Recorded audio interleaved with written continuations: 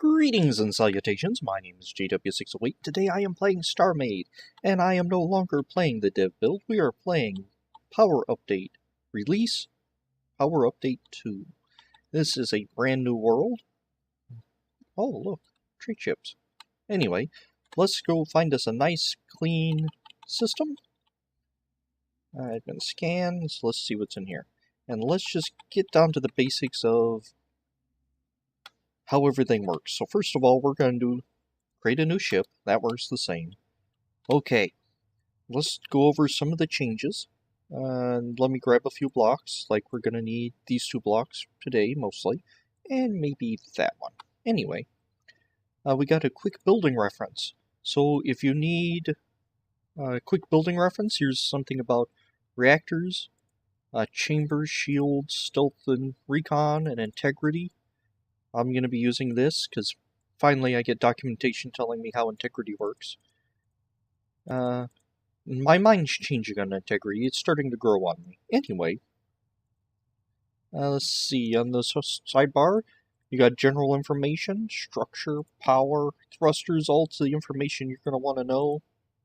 And you can do things with the faction without actually finding the faction block. I think that's interesting. If you don't want any of it, just minimize it. But we want it. We would like some power. So let's see. Make sure we're facing the right way. We're just going to throw down some blocks here. Actually, tell you what. There we go.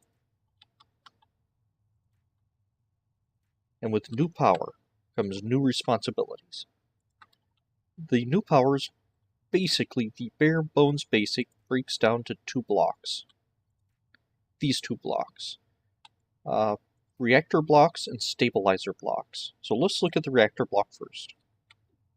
A single reactor block, as you see, reactor block size is 1. Stabilizer groups 0 of 20. Looks like you're limited to stabilizer groups now. No chamber blocks or conduits connected to it. Its integrity is 190. We'll get to integrity eventually. That's not the focus for today. Recharge 100. Now, with the new power system, every reactor gives you 100 power. It doesn't matter what configuration, what shape. Well, not everyone. Everyone to a point. This is 10. 10, I have 1000 generation, and stabilization is at 100%. Now, as the reactor grows, it becomes more unstable. See, now I'm at 90.9%. 83%, I'm still getting 100 energy regen for each block. Your reactor stabilization is less than 50%. This negatively impacts the performance of your reactor and causes extra damage to your reactor when hit. Well, don't ever tell me that again. So now, if you notice, this number here is still going up by 100. So 2400. And you'll notice my stabilization's still going down until we hit the magic number of 25%. 25%. I have 4000 energy recharge per second. The next one I place should not give me 100. It should give me 0. And notice stabilizations keeps going down, but my recharge is not going up. Why is this? Well, because my reactor is less than 25% stabilized. A reactor, adding reactor blocks will up the power recharge, or regen, if you will. I guess recharge is better, by 100 until it is lower than 25% stabilization. Oh, so that means I can just build up till 25%, don't have to worry about stabilizers.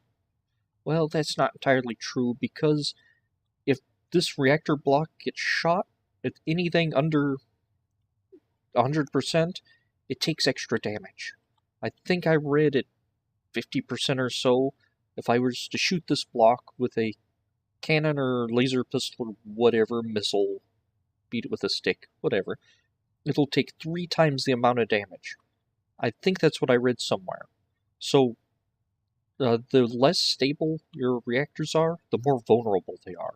So that's why you need stabilizers. So let's clean up some of this. That's good. Stabilizers provide stability for your reactors, so you can have more reactors with less of the danger of extra damage being done. Now, you can place them up close, and notice the cursor here has a little tooltip when you hover over a stabilizer. Let's see if I can get that. There we go, you can read that better. Reactor regen 3000, stabilization 33.3%, stabilization 0%. This first one's total stabilization. This is the amount of stabilization, or the efficiency of this block I'm looking at. And it tells me I'm 0.8 meters away from the, I guess, center of mass from that reactor, and that for 100% stabilization from this block, I need to be 39.2 meters out. So that means, I also see it's tinted red. The further away a stabilizer is from its reactor, the more efficient that stabilizer block is. So let's see. Notice, let's see, that one is... Take that down so I can see what I'm doing better. That one is 0, 0, 0, 0, 0, 0, 0, 0, 0. Nope, that one's 2.5. So it looks like at 8 meters, or 8.6 meters, I'm getting 2.5% stabilization. So anything before that's useless. And this scales with the reactor. If you have a 100 by 100 by 100 reactor, you're going to have to put these things a long way away. You might notice this blue and red beam that's projecting. Not that beam, we'll talk about that in a minute. This sort of line that's coming out, that is showing the optimal stabilization length. So let's see. Just for the sake of this, let's throw that out here so I can build. So if I put this past, oh, not enough. This past this line, see the line turns green? That means this block is getting 100% stabilization. No, that doesn't mean the reactor is 100% stabilized. This block is producing 100% stabilization for this block. Whereas this one is only 2% efficient, 2.5% efficient. The one down there is 100% efficient.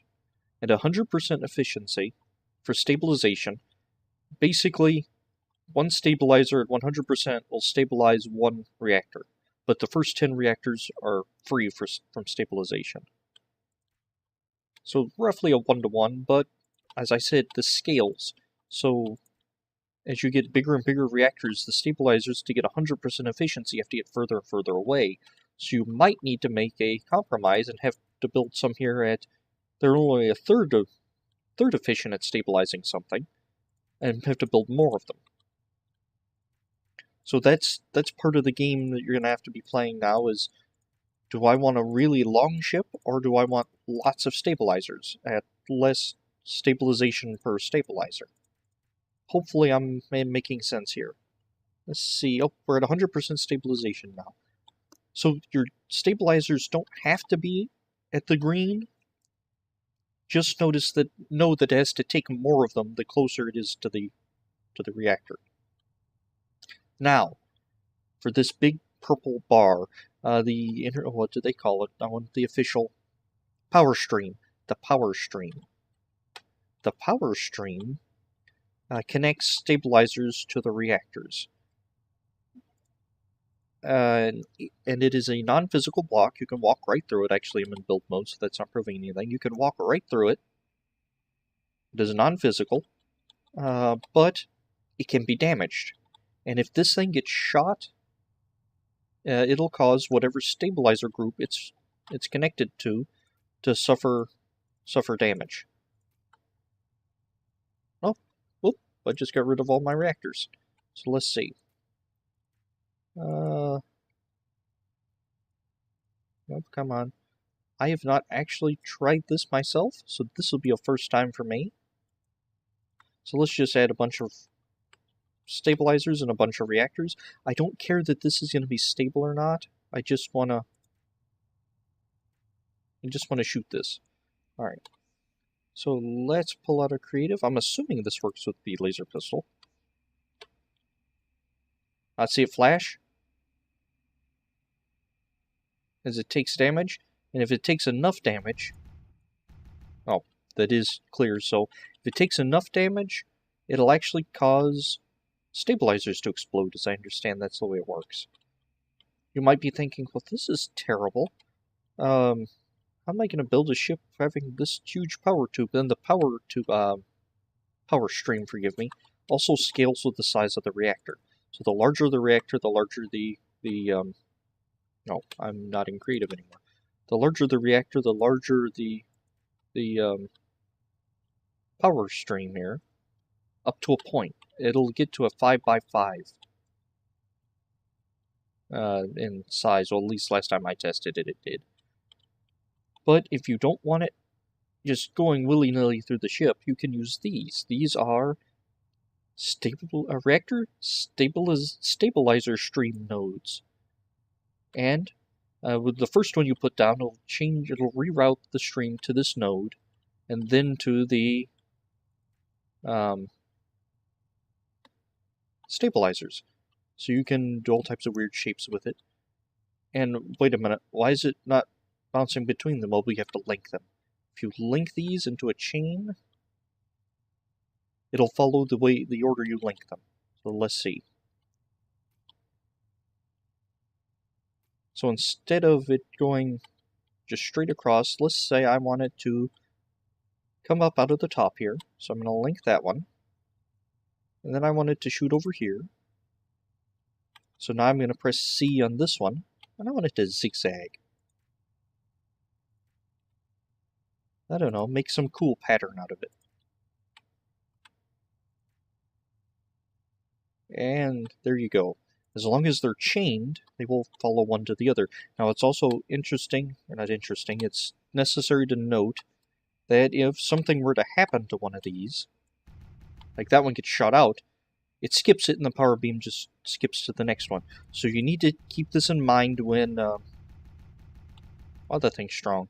You need to keep this in mind while designing your ships, because you don't want this to... say if you're in battle and you lose one of these nodes, you don't want this beam to reroute through a part of the ship that's important you have good sight in. So that's something to be aware of, something to keep in mind. Alright. And that's it. That is the absolute basics of power. There's a lot more, and we're going to be covering that eventually, but this is all you really need. You can actually pretty much ignore everything else, and you have enough here to build a ship, actually. You got 8,000 regen. So yeah, you could actually build a ship just using... Right here, you can just choose to ignore everything else in the update and continue playing. Now, this power stream and the stabilizers and all that, it's going to make refitting your old ships a little challenging. In fact, some of them might not be able to be refit.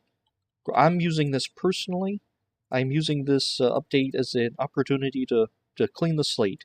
The only thing I'm going to try to refit probably at the end of this tutorial type series is my ironclad. And that's it. I don't plan on refitting anything else. Just starting from scratch. Okay. Now, if you think I've explained something poorly, let me know in the comments. If you want to know something, is there some statistic I didn't think about? Like, what happens if you do more stabilizer groups, or how do nodes work with multiple... I actually don't know how nodes work with multiple stabilizer groups. Ah, okay. Ah, see, now that's something I didn't know.